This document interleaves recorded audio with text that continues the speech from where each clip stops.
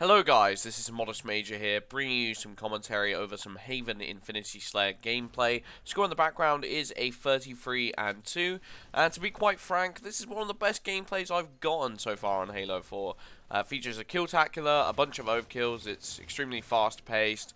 I don't think the enemy players are necessarily 100% awful like they tend to be. They're definitely not amazing, but you know, I get some pretty nice multi-kills.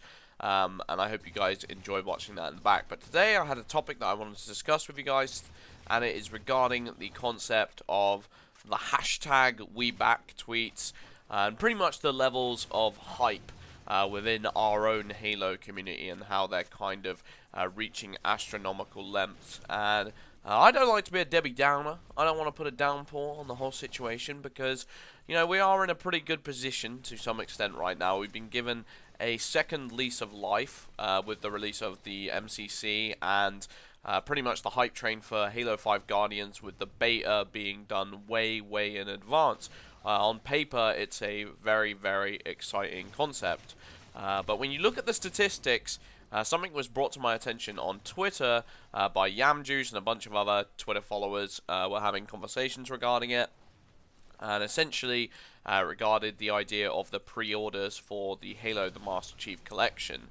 Now, 14 weeks prior to the release of the MCC, the game currently stands at 51,000 pre-orders, 51,118 pre-orders to be exact. Now, that doesn't sound too hot, and to be quite frank, it isn't really too hot. The same time period, Halo Reach stood at 265,000 pre-orders, and Halo 4 simultaneously stood at 687,000 pre-orders, which pretty much dwarfs it. You know, it times it by a pretty large amount, like 8 times almost. So to be quite frank, it isn't that strong a showing for the MCC as of right now, and I think you could make the argument that, you know, it is an anniversary game. It's not a full Halo release, and Guardians will probably receive better numbers all over, and 343 will probably push more of their marketing efforts into the game because they'll have a new engine to show off. The graphics will probably look absolutely stunning, and people will be able to get invested in it because it's a new title.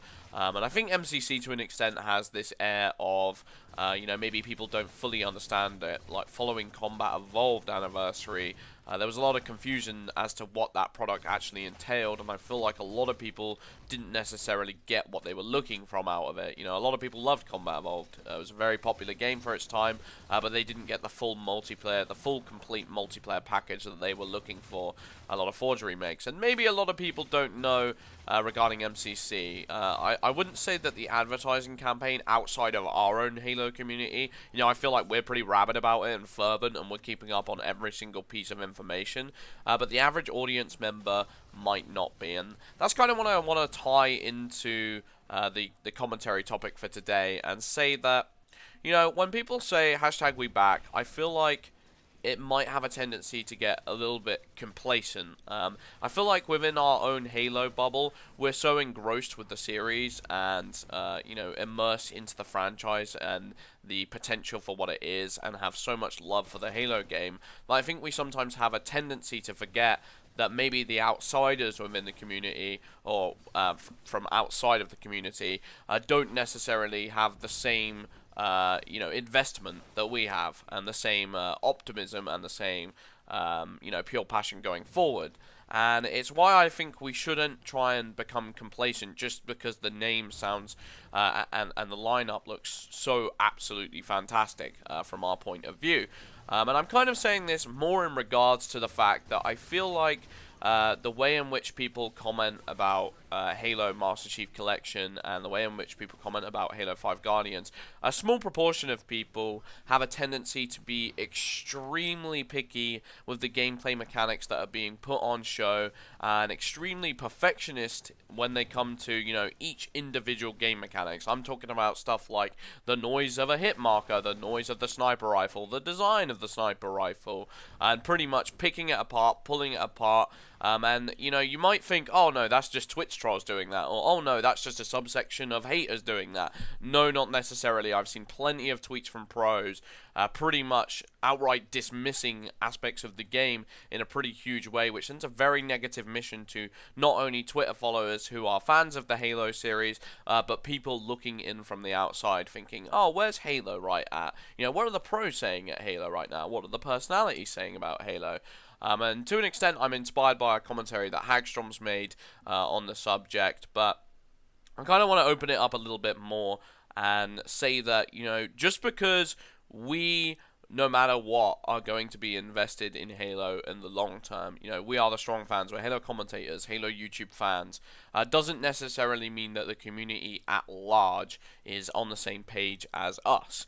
And we need to make an effort to at least give the game a fair chance. You know, if Halo fans within their own community are refusing to give the game a fair chance in certain ways, or are being negative, or being cynical, or being pessimistic regarding certain aspects of the game, you know, what hope do outsiders have coming in and they hear their own community squabbling amongst themselves about gameplay aspects? Now, I know to a certain extent this is going to happen regardless, but I just think there's a certain element of, you know, are you a pro player? What have you got to lose by playing this game? What have you got to lose by giving it a fair chance and maybe holding back some of your more negative opinions and your more critical opinions until the actual game comes out? Because when it comes to a lot of these aspects, it comes down to the feel of the game, it comes down to the aesthetics or the sound designs. That's where I hear lots of these little nitty-gritty complaints with the game, and it makes absolutely no sense, because that's something that you're not going to understand and you're not going to come to terms with till you put time into the game, until you realize, you know, is this beneficial for the gameplay, the overall feel, or is it not? Because you can't look at something and get a tangible feeling or impression of how the actual game is going to play to an extent.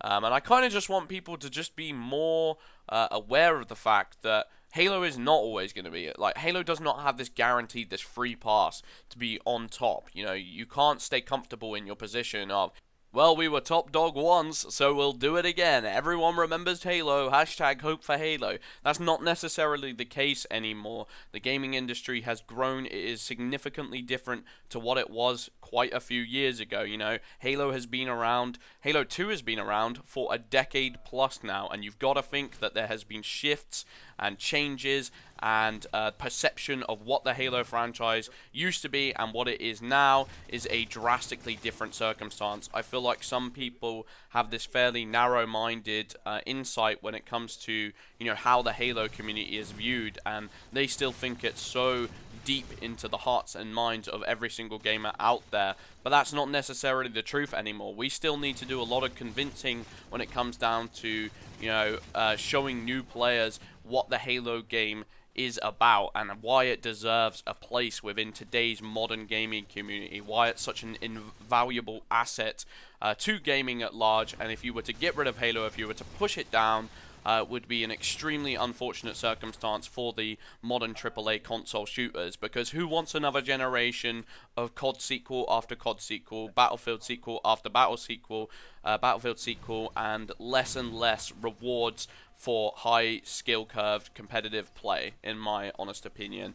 And, you know, I don't want to have to look back in a couple of years and think and build this list of reasons of why the Halo community didn't make its way back into the forefront of gaming. And I don't want one of those big bullet points to be people within their own community couldn't keep their mouth shut when it came down to how a sniper rifle sounded and how a hit marker sounded. And this scared new community members away because there was strife and there was chaos amongst their own community, so it was hard to even want to be a part of that community to an extent. And yes, this is a subset of people, but I feel like that subset grows all the time and grows a little bit more toxic and a little bit more hateful and a little bit more set in their ways each day. And all I want is for us to wait till we get the game in our hands and actually put a fair amount of time into it to actually get a full understanding and a full grasp of how these games are going to play out, and try and make it an inviting and a warm, welcoming place to some extent.